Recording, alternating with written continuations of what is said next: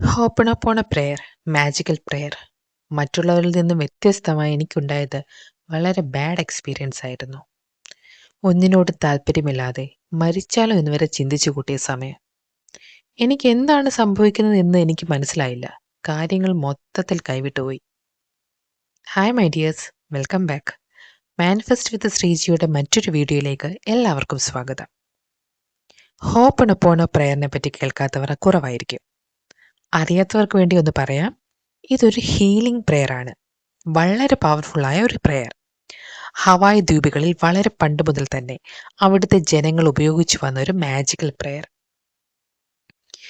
ഞാൻ എൻ്റെ ഡിപ്രസ്ഡ് ലൈഫിൽ നിന്നും കര കയറിക്കൊണ്ടിരിക്കുന്ന ടൈമിലാണ് ആദ്യമായി ഹോപ്പണപ്പോണ പ്രെയറിനെ പറ്റി കേൾക്കുന്നത്. ഓൾമോസ്റ്റ് 6 ഇയർ ഒക്കെ ആയി കാണും. അന്ന് ഞാൻ ലോ ഓഫ് അട്രാക്ഷൻ്റെ ഒരുപാട് ക്ലാസ്സുകളും യൂട്യൂബ് വീഡിയോസും ഒക്കെ കേട്ടുകൊണ്ടിരിക്കുന്ന ഒരു ടൈമായിരുന്നു. വളരെ നല്ല റിസൾട്ട് തരുന്ന, എല്ലാവരും പോസിറ്റീവ് കമൻറ്റ് പറഞ്ഞ പ്രെയർ ഞാനും ഒന്ന് ട്രൈ ചെയ്യാൻ തീരുമാനിച്ചു.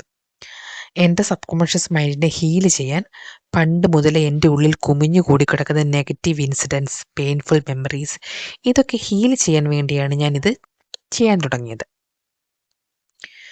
ഞാൻ മോർണിംഗ് മെഡിറ്റേഷന് ശേഷം ഒരു 108 തവണയൊക്കെ ഹോപ്പണപ്പോണ ചാൻറ്റ് ചെയ്യാൻ തുടങ്ങി. വളരെ ഫീലിങ്സോടെ കോൺസെൻട്രേറ്റ് ചെയ്താണ് ഞാനിത് ചൊല്ലിയത്. ഒരു 3-4 ഡേയ്സ് ഒക്കെ എനിക്ക് നല്ല ഒരു പോസിറ്റീവ് എനർജി ഫീൽ ചെയ്തു. അൺഎക്സ്പെക്റ്റഡായി പല ബ്ലെസ്സിങ്സും എൻ്റെ ലൈഫിൽ വന്നു.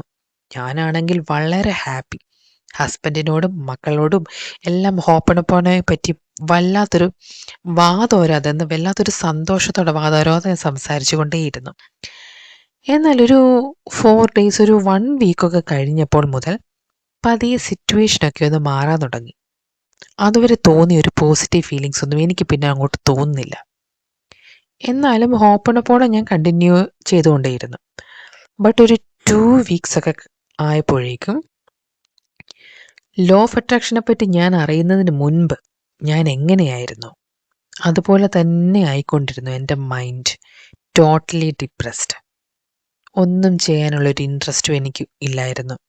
എൻ്റെ മനസ്സിനെ പോസിറ്റീവായി നിലനിർത്താൻ ഞാൻ പണിപ്പെട്ടുകൊണ്ടേയിരുന്നു. എന്നാൽ അതിനേക്കാട്ടിലും ഫോഴ്സിൽ മൈൻഡ് നെഗറ്റീവ് ആയിക്കൊണ്ടേയും ഇരുന്നു. ഹോപ്പണപ്പോണ പ്രെയർ, മാജിക്കൽ പ്രെയർ, മറ്റുള്ളവരിൽ നിന്നും വ്യത്യസ്തമായി എനിക്കുണ്ടായത് വളരെ ബാഡ് എക്സ്പീരിയൻസ് ആയിരുന്നു.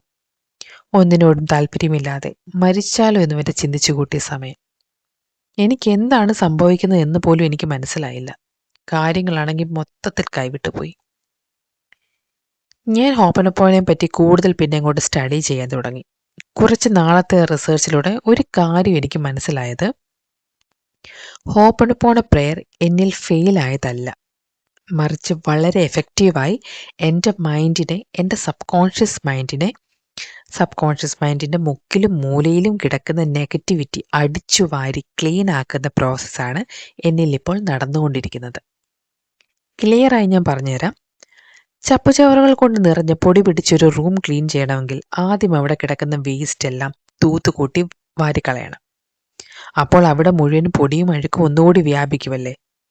അതുപോലെ തന്നെ എൻ്റെ മനസ്സിലെ, എൻ്റെ ചൈൽഡ്ഹുഡ് മുതൽ എൻ്റെ ഓർമ്മയിലുള്ളതും ഇല്ലാത്തതുമായ പെയിൻഫുൾ, നെഗറ്റീവ് മെമ്മറീസ്, ആങ്കർ എല്ലാം ക്ലീനിങ്ങിൻ്റെ ഭാഗമായി പുറത്തേക്ക് വരുന്നു. അതൊരു വല്ലാത്ത അവസ്ഥ തന്നെയായിരുന്നു. ഫിസിക്കലിയും ഞാൻ ഒരുപാട് ബുദ്ധിമുട്ട് അനുഭവിച്ച ആ ഒരു ടൈം. ബോഡി പെയിൻ, ക്ഷീണം, തളർച്ച ഒക്കെ ഉണ്ടായി.